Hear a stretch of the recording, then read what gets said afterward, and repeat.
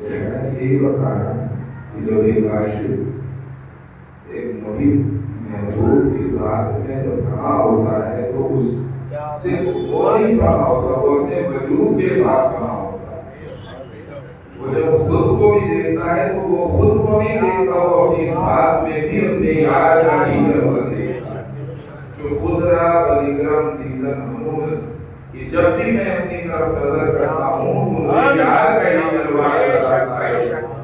جمال یار کیا ہے کلسا، جمال خود جمال یار دیدہ، کہ اپنی صورت میں ہی یار کا جلوہ مجھے نظر آتا ہے۔ پرسو جلوے دیدار، پرسو جلوے دیدار دی۔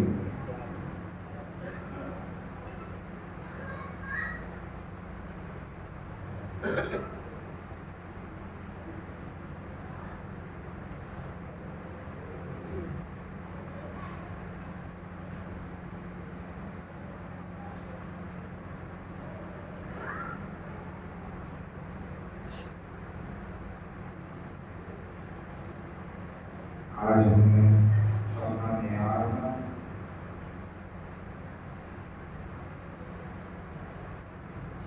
دنیا والوں کے سلام کیا کہ جہاں بھیڑ زیادہ ہو تو سوچتے ہیں تماشا بھی وہاں اچھا ہوگا۔ وہی معیار اپنے بزرگوں کے بارے میں بھی بنایا کہ جہاں پہ بھیڑ زیادہ ہونا تو فیضان وہاں زیادہ ہو۔ یہ ہماری بڑی بات ہے۔ اپنے اندر وہ نظر پیدا کرو تو پھر سمجھ میں آئے گا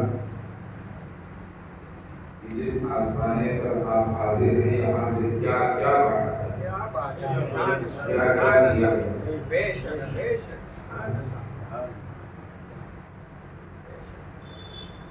بہتر بیگان کا تو کوئی پوچھتا ہے، تو میں خرید کر میں مول کر دیا۔ صرف ابتدا ہے میرے بھائیوں میرے دوستوں کی جو بزرگوں سے آج بڑا وہ فکر دور ہے، بزرگوں سے اپنے آپ کو قریب کرو۔ یہی ایک واحد ذات ہے کہ جس سے شیطان نے کہا کہ میں اسے نہیں کرتا سکتا، الا عبادک منہم المخلصین۔ جب اللہ نے شیطان کو اپنی ایک بارگاہ سے بھگایا تو اس نے کہا کہ مجھے مہلت دے قیامت تک کے لیے، قال انظرنی الی یوم یبعثون، کہ میرے رب مجھے مہلت دے قیامت تک کے لیے۔ رب نے پوچھا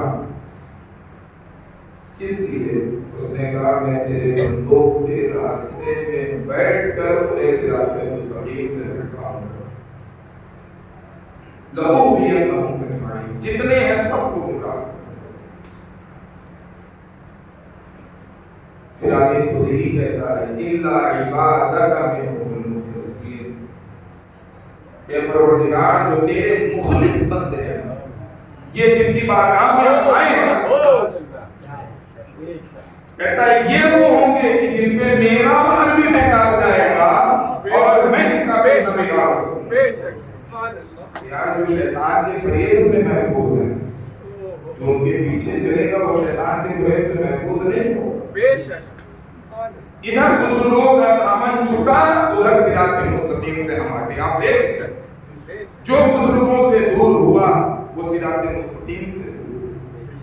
انعمت علیہم، تو یہی لوگ ہیں جن پر اللہ نے انعام کیا، وہ اور ہم جیسے لوگ جن کی زندگی پوری سراپا گناہ میں گزری۔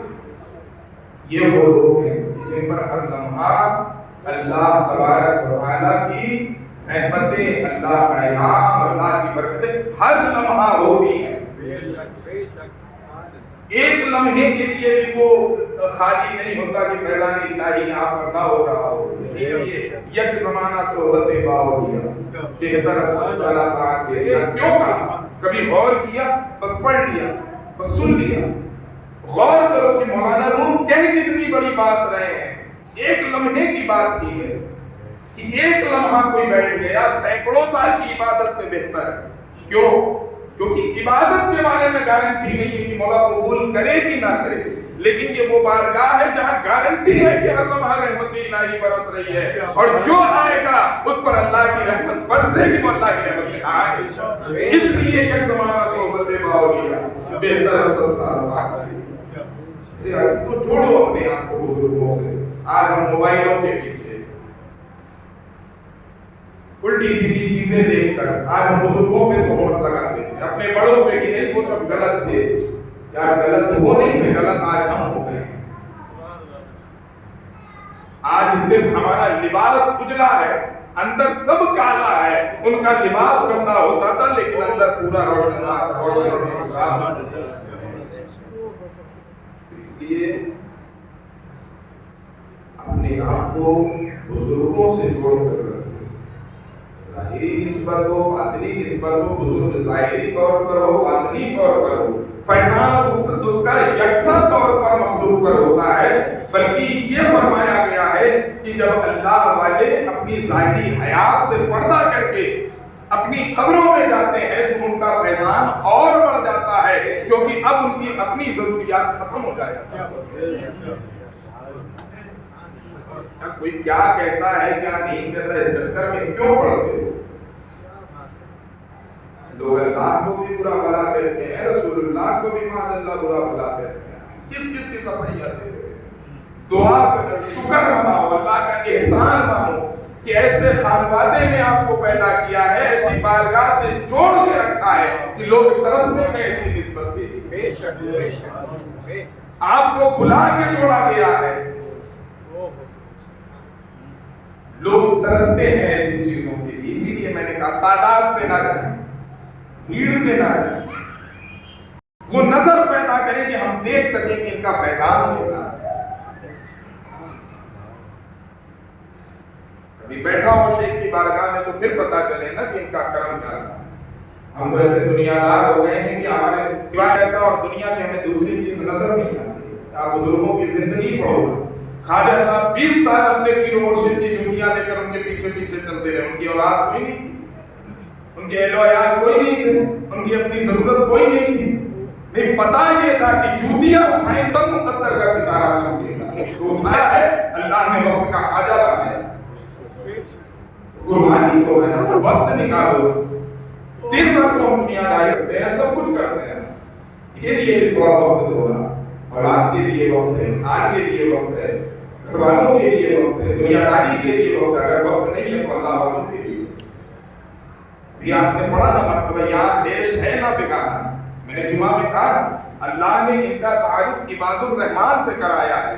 رحمان کی صفت دلالت کرتی ہے کہ اللہ کو کوئی مانے نہ مانے وہ ہر پر کرم کرتا ہے، ہر کسی پر کرم کرتا ہے، تو اللہ نے اسی لیے اپنے نیک بندوں کو عباد الرحمان کہا کہ جو رحمان کے بندے ہیں، جس طریقے سے میرا کرم ہر ایک پر ہوتا ہے، ان کے یہاں کوئی اپنا بیگانہ نہیں ہوتا، جو بھی آتا ہے اس پر کرم کیا۔ جوڑو اپنے آپ کو بزرگوں سے، جوڑو گے ایمان سلامت رہے۔ اور ایک بات اور ذہن میں رکھو، بزرگوں کی نسبت دنیا داری کے لیے نہیں ہونی چاہیے۔ آج ہم سوچتے ہیں کہ پیر صاحب سے مرید ہو جائیں گے ہمارا کاروبار چل پڑے گا، اولاد نہیں اولاد ہو جائے گی، کوئی پریشانی ہے وہ دور ہو جائے گی۔ پیر صاحب آپ کی بیماری اور آپ کا کاروبار چلانے کے لیے نہیں ہے۔ اگر دل چمکدار کرنا ہے تو بزرگوں سے اپنی وابستگی رکھو۔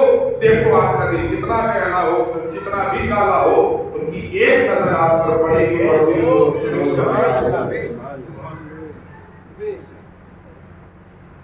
بزرگوں سے اپنے آپ کو قریب کرو، اپنی آنے والی نسلوں کو قریب کرو۔ آپ یہ نہ سوچو کہ صرف آپ کے تعلق سے سوال ہوگا۔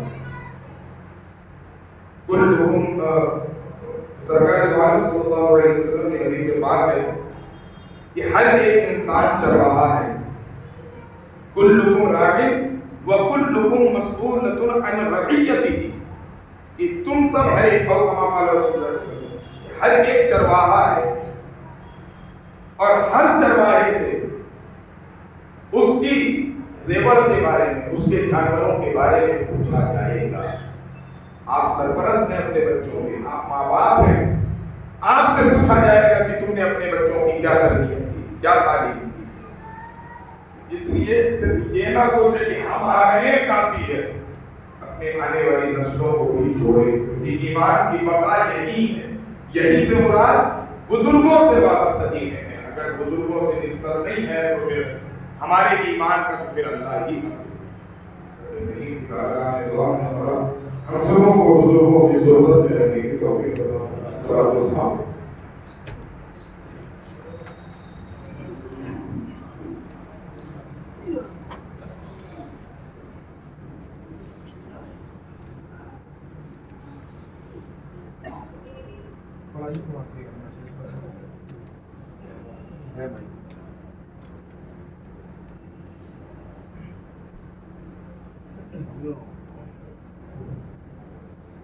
بڑی